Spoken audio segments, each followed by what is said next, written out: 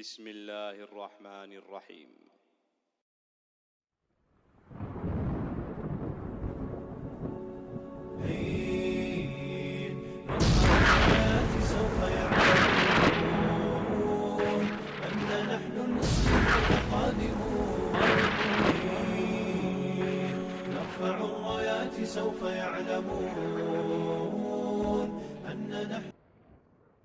Nah, jadi babak kelima itu nanti seperti apa? Babak kelima adalah periode kepemimpinan Al-Mahdi.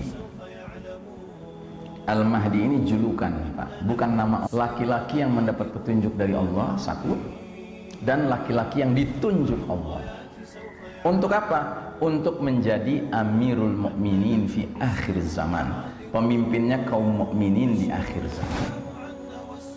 Kalau bahasa saya, Al-Mahdi itu the certified leader, pemimpin yang dapat sertifikasi dari Nabi Muhammad SAW, yang berarti dari Allah Ta'ala.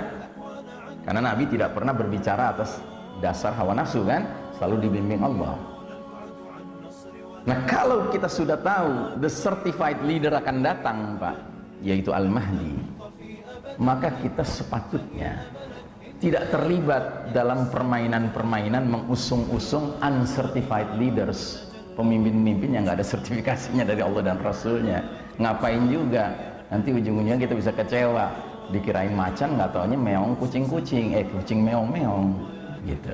Yang udah lah, Pak, ya, yang udah taubatan nasuha, ya kan? Untuk selanjutnya, mari lebih baik kita pantaskan diri dan keluarga kita menjadi bahagian dari Jaisul Mahdi, pasukan Al-Mahdi.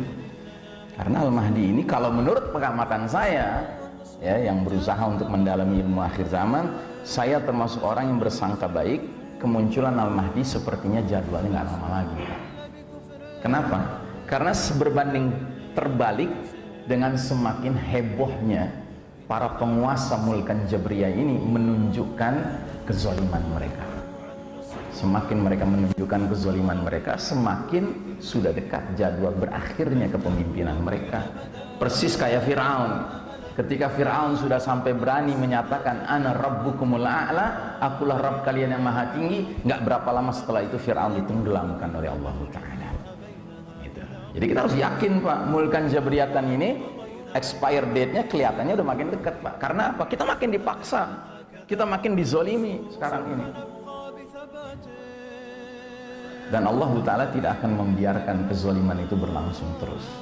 Cepat atau lambat Allah akan akhiri. Ya. Nah, kepemimpinan Al-Mahdi ini nantinya diikuti dengan kepemimpinan Nabiullah Isa alaihissalam. Jadi kita umat Islam punya keyakinan di akhir zaman nanti Isa alaihissalam akan turun dari langit, mirip seperti keyakinan kaum Nasrani. Tapi bedanya apa?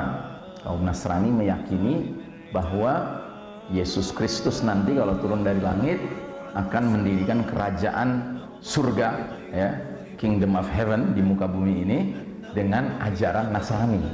Kalau kita tidak, kita meyakini Isa alaihissalam nanti turun di akhir zaman menjadi pengikut Nabi Muhammad sallallahu alaihi wasallam. Bahkan Isa alaihissalam akan mengajak semua orang kafir termasuk ahli kitab Yahudi Nasrani memeluk Islam. Kalau mau, diperlakukan sebagai saudara seiman oleh Isa alaihissalam. Kalau nggak mau, diapakan sama Isa alaihissalam? Dibunuh. Kok serem gitu, Ustaz? Katanya Isa alaihissalam santuy, orang santun, orang dari langit. Dia menjadi seorang pemimpin yang santun tapi tegas. Kenapa demikian? Karena turunnya Isa alaihissalam pertanda dunia ini sudah mau berakhir, Pak. Adalah keterlaluan kalau masih ada orang kafir, Yahudi, Nasrani, ahli kitab masih ngeyel juga. Padahal Isa alaihissalam sudah turun, mendingan mati. Makanya nanti akan ada kafir-kafir tertentu, Pak, masuk Islam nggak mau, mati juga nggak mau, tapi lebih nggak mau mati daripada masuk Islam. Akhirnya apa? Pura-pura masuk Islam. Sambil nunggu apa? Nunggu kematian Isa alaihissalam. Begitu Isa alaihissalam mati, murtad lagi mereka terang-terangan. Nah, lagi seru-serunya murtad, matahari terbit dari barat, kata orang Padang, alambe. Gitu. Mau tobat lagi udah nggak bisa. Gitu. The end has come. Ujung akhir dunia ini sudah sudah datang. Nah, jadi kita berkeyakinan setelah Al-Mahdi mimpin kita, nanti Isa alaihissalam yang mimpin kita, orang-orang beriman ya. Nah, dalam hadis diisyaratkan kepemimpinan Al-Mahdi paling cepat 7 tahun, paling lambat 9 tahun, 7, 8 atau 9 tahun. Dan banyak diwarnai dengan ghazawat, peperangan-peperangan. Dan peperangan terakhir Al-Mahdi melawan kaum kafir adalah peperangan lawan Yahudi yang langsung. Yang terakhir itu pasukan Islam mendapat support khusus dari langit, turunnya Isa alaihissalam bergabung dengan pasukan kaum muslimin. Dan salah satu tugasnya Isa alaihissalam nanti membunuh Dajjal ya. Nah, setelah itu selanjutnya Isa alaihissalam memimpin orang-orang beriman menghadapi mufsiduna fil ard, para perusak di muka bumi, yaitu Ya'juj wa Ma'juj, dan seterusnya dan seterusnya dan seterusnya. Cerita-cerita lain sesudah ya babak kelima nanti atau di babak kelima nanti ya. Nah, secara garis besarnya 5 fase itu bisa kita gambarkan seperti ini, Pak. Fase demi fase sudah dialami umat ini, dan kita sekarang di fase keempat, mulkan zubriyatan. Dan di sini ada garis putih putus-putus, up and down, naik turun, menggambarkannya kondisi umat dari zaman ke zaman. Makanya tadi kan di awal saya bilang ma'rifatus zaman, mengenal kondisi zaman itu penting, Pak. Ternyata kondisi zaman yang sedang kita jalani sekarang, kita berada di bawah, Pak, di bawah garis merah. Kalau di atas garis merah umat Islam sedang berjaya, kalau di bawah garis merah umat Islam sedang kalah ya. Dan ini Allah yang jelaskan dalam Al-Quran, adanya sunnatullah, hukum Allah namanya sunnatut tadawul, sunnah pergiliran. Wa tilkal ayyamu nudawiluha bainan nas. Demikianlah hari demi hari, masa kemenangan dan kekalahan, kejayaan dan keruntuhan kami pergilirkan di antara manusia agar mereka bisa mendapat pelajaran ya. Nah, sepanjang sejarahnya umat Islam telah mengalami 2,5 fase kejayaan dan hanya 1,5 fase kekalahan. 2,5 fase itu ini, Pak. 1 fase kedua, 2 fase ketiga, dan setengah fase pertama. Jadi 2,5 fase kita berjaya. Sementara 1,5 fase kita kalah. 1 fase sekarang kita sedang jalani, dan setengah fase waktu Nabi pimpin umat Islam, para sahabat di Mekah 13 tahun. Ya, 1,5 fase kekalahan. Sementara masih ada 1 fase kejayaan lagi yang akan kita jelang insya Allah, yaitu fase kelima nanti kita berjaya lagi. Berarti kalau di total 5 fase, 3,5 fase kita berjaya, 1,5 fase kita kalah. Fabi ayyi ala'i rabbikuma tukazziban, nikmat Rabbmu yang mana yang kamu dustakan. Bahwa kita sekarang sedang mengalami fase kalah, yaitu rezeki kita, Pak. Gitu. Saya bilang rezeki kenapa? Karena kaidahnya kan begitu, al ajru hasabil masyaqqah, pahala yang akan diterima di akhirat nanti bagi orang beriman berbanding lurus dengan kesulitan penderitaan yang dialami. Jadi makin menderita kita waktu di dunia, Pak, asalkan mau sabar dan istiqomah, makin gede pahalanya di akhirat nanti. Iya, sampai Nabi bilang ada nanti orang-orang beriman sudah dikumpulkan, semuanya ini berhak masuk surga. Tapi ada kalangan tertentu dari orang beriman ini yang tiba-tiba diangkat, tinggi sekali diangkat, sampai-sampai kalangan beriman yang nggak diangkat ini ngelihat itu ngedongak gini, Pak. Ternyata siapa yang diangkat? Ahlul bala, kaum mukminin yang waktu di dunia banyak mengalami bala, Pak, cobaan, ujian, penderitaan, kesulitan. Saking tingginya kedudukan mereka dibandingkan dengan ahlul afiyah. Ahlul afiyah tuh mereka-mereka yang banyak kesenangannya, kemudahannya waktu di dunia, kejayaan dan seterusnya gitu ya. Akhirnya ahlul afiyah bilang apa? Wah, tahu begini ganjaran bagi ahlul bala, ya Allah kembalikanlah kami ke dunia. Takdirkanlah kami matinya dipotong-potong, dicabik-cabik jadi kecil-kecil daging kami. Masya Allah, sampai begitu, Pak. Jadi nggak usah lah, Pak, kita minta penderitaan sama Allah. Kalau memang Allah takdirkan penderitaan, namanya kita lagi di babak keempat, Pak, lagi kalah, ya nggak perlu pakai minta juga pasti datang. Cuman yang penting apa? As-sabru wal istiqamah, sabar dan istiqamah. Karena penderitaan ini, kekalahan ini akan menjadi ganjaran yang besar di akhirat nanti. Ya. Bahkan di hadis yang lain kata Nabi, umatku di akhir zaman nanti akan menghadapi ayyamus sabr, hari-hari yang menuntut kesabaran.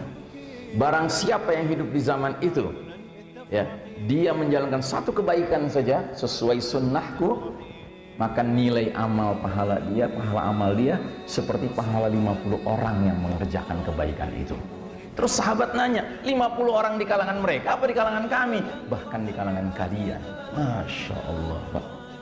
Ya, makanya saya waktu itu bilang kan di khutbah Jumat ini, kalau ada di antara kita di era di mana orang di mana-mana ninggalin sunnah Nabi, terus kita mau ngerjain sunnah Nabi, di mana-mana orang ngerjakan sholatnya pakai manhaj WHO, kita pakai manhaj Nabi, ya kan? Wow, pahala kita seperti 50 sahabat, Pak. Gitu. Kenapa? Ya karena kita begini alasan begitu. Kayaknya alasannya bagus lagi, Pak. Padahal ternyata intinya apa? Tidak mau mengikuti sunnah Nabi Muhammad SAW. Nah, jadi saudaraku rahimakumullah, sepanjang 5 babak ini ada 3 sunnatut tadawul yang akan dialami umat Islam, sunnah pergiliran. 2 sudah kita alami, 1 belum. Nah, yang pertama kita alami sunnah pergiliran itu kapan? Tahun 0 Hijriah. Ketika Nabi dan para sahabat meninggalkan Mekah, hijrah ke Madinah. Itu dari situasi Mekah yang penuh kezaliman menjadi situasi Madinah yang penuh keadilan. Dan ternyata setelah pindah ke Madinah, ya, kepemimpinan umat ini berlangsung lama sekali, 1342 tahun. Karena fondasi yang dibangun di Madinah itu kokoh betul, Pak, sehingga dia bisa berlangsung sampai sekian lama, belasan abad. Ya. Tapi Allah takdirkan sunnatut tadawul kedua terjadi tahun 1342 Hijriah. Dari kondisi umat Islam berjaya belasan abad menjadi terpuruk, umat Islam jadi kalah sekarang ini, dan kita yang mengalami sekarang ini. Ini sunnatut tadawul kedua. Nah, ada sunnatut tadawul ketiga yang bakal kita alami nanti, berpindahnya kita dari babak keempat penuh kezaliman sekarang ini menuju babak kelima penuh keadilan nanti. Dan Nabi mengisyaratkan dalam hadis beliau, ubasyilafin minan nasi wa zalazil yamla'ul arda qistan wa adlan kama muli'at jawran wa zulman. Kukabarkan berita gembira diutusnya Al-Mahdi ke tengah-tengah umat ini saat terjadi banyak perselisihan antar manusia, terjadi banyak gempa-gempa, bencana-bencana alam, Al-Mahdi merata, ya. Masya Allah ta'ala. Jadi berubah sama sekali, Pak, situasi kita. Sunnatut tadawul, sunnah pergiliran terjadi, ya. Nah, tugas kita bukan memastikan kita, nggak ada syarat harus menang di dunia, nggak ada. Nggak ada syarat sudah sempat berbaiat pada Al-Mahdi, nggak ada. Kalau sempat, alhamdulillah. Kalau merasakan kemenangan, alhamdulillah. Tapi itu bukan syarat masuk surga, Pak. Syarat masuk surga adalah as-sabru wal istiqamah, sabar dan istiqamah, ya. Saudaraku rahimakumullah, jadi kita masuk ke poin kedua, era di mana kaum muslimin mengekor kepada kaum Yahudi dan Nasrani atau the Western Civilization. Namun karena waktu, saya cukupkan sampai di sini dulu, Pak. Ya, karena bagi saya jauh lebih baik nggak selesai materinya, tapi bisa kita kunyah-kunyah, tenang, kita kunyah-kunyah, daripada kita selesaikan materinya tapi Anda pulang panas otaknya. Karena saya ngomongnya juga kayak metraliur gitu, ngejar waktu, ya kan? Jadi mohon maaf kepada jamaah, saya sampai di sini dulu, ya. Nanti insya Allah kalau ada izin Allah kita bisa lanjutkan lagi dalam pertemuan lain di waktu yang lain di tempat ini, ya, untuk meneruskan kaji tentang urgensi ma'rifatus.